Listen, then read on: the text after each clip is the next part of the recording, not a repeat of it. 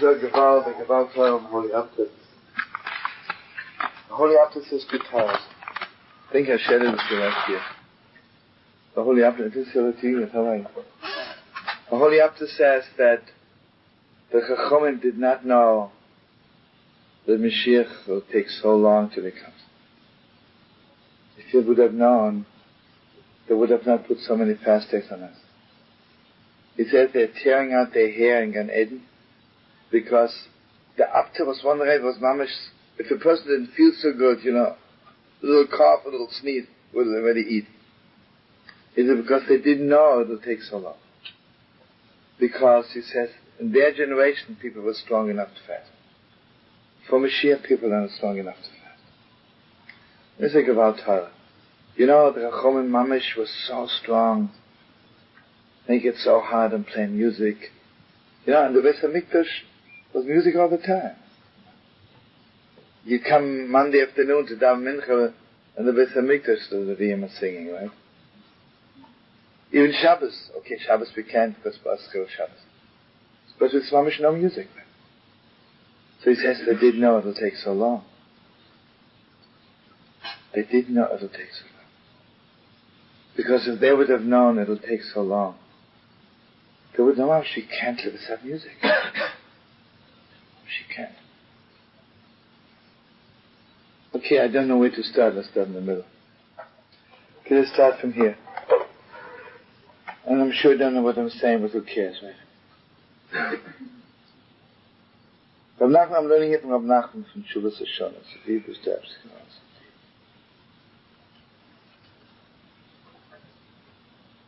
Nachman says there are two powers in the world. There's Koyach HaMoshav. There is a power which draws you, magnetism. Then there's Koyach HaMachiach, power which forces you. It's so obvious, so simple. We find two people operate the world. Some people get other people to do what they want to because it's so magnetic. Right? All the tzaddikim involved, Because there's magnetism. Magnetism gets you so close. Koach HaMachiach is mamish forcing. So he says, everybody knows, Reb Nachman says, the Mishkan, the Beis HaMikdash, comes from the word Mashiach, Moshcheni Achrecha Navotza. Mamish, there was nothing more magnetic in the world than the Beis HaMikdash. Gewalt is Shleim, Beis HaMikdash. Gewalt is magnetic. There is no magnetism like Yerushalayim. I don't want to say anything bad, but imagine, God forbid, Paris or Rome would be destroyed. Who's going to be there? Maybe a few people take some pictures. Yerushalayim, for 2,000 years, can't stop going there. Take the Holy Wall. What's there by the Holy Wall? A little broken wall, right? There is no place in the world which is so magnetic. So why was Yerushalayim destroyed? Because the other side took over. Okay, the power of Eden, the power of holiness, is Mashiach, destroying it, magnetism. The power of the other side, cutting you short, cutting.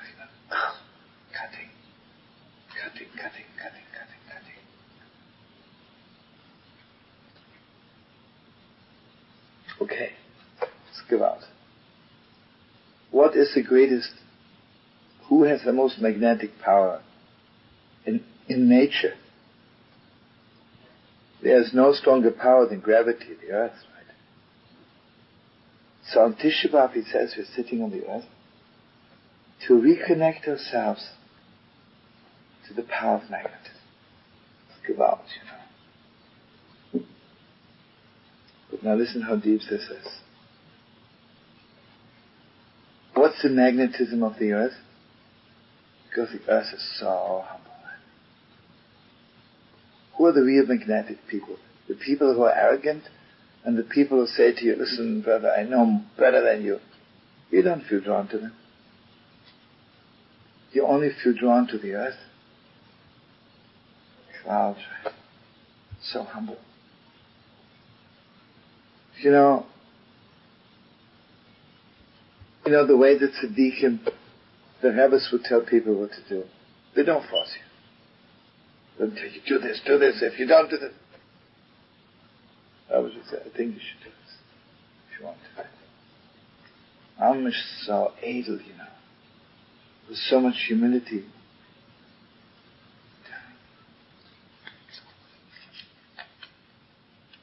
Imagine someone standing on the street corner laughing. Do you feel drawn to that person? No. Someone's laughing at that. Fine. Don't stop. Someone's standing on the street corner crying. Everybody stops. Because crying has a tremendous magnetic power. Tremendous magnetism. So he says, on Tisha B'Av, we are sitting on the earth, on the floor, to reconnect ourselves. And he says, I go out, it says, the earth's magnetism, gravity is the strongest power in the world. But there is no gravity like the gravity of Israel.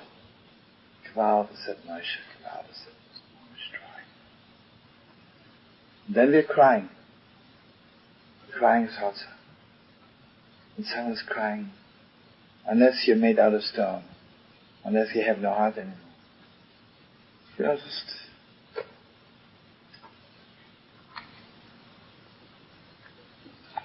want you to know something very deep, friends?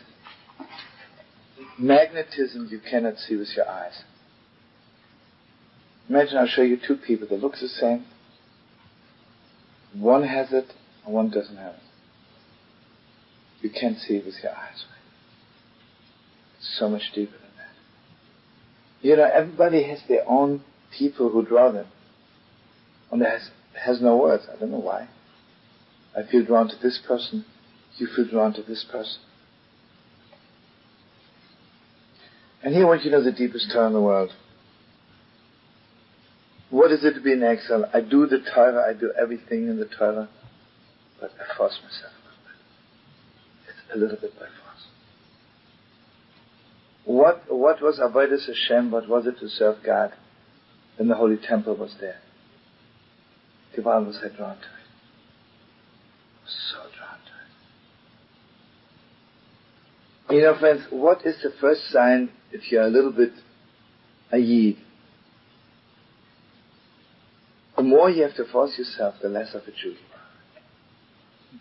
you are. If every Friday night I have to force myself to keep Shabbos, and even after I force myself, what kind of a Shabbos is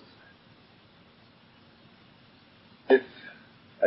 If everything I have to force myself, okay, I'm sure go to Gan Eden for it, but what kind of Yiddishkeit is that? The real Yiddishkeit is, I just am drawn to it, I can't wait.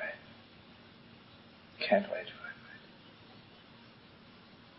I want you to know something. Most of us, we are all traveling.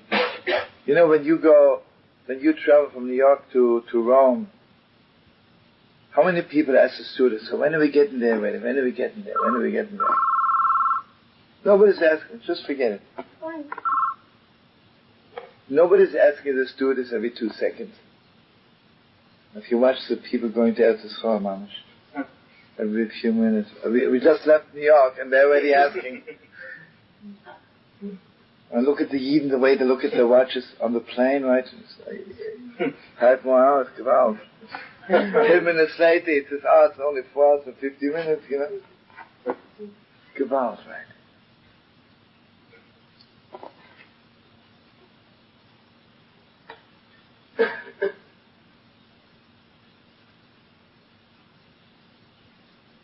Okay, here. Let's see.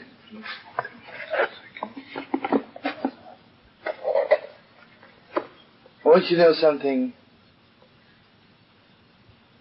This is real. There's a Gewalt Torah of Reb Nachman. Reb Nachman says, imagine I'm learning Torah, and I don't understand what it says. Learning.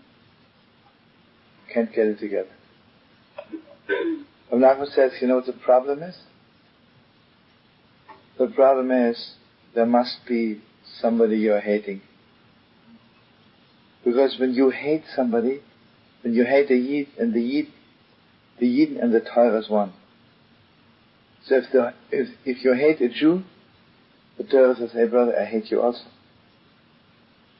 I want you to know something. There's a Gewalt story, I'm sure you know, but just so good to retell the story. The Heilige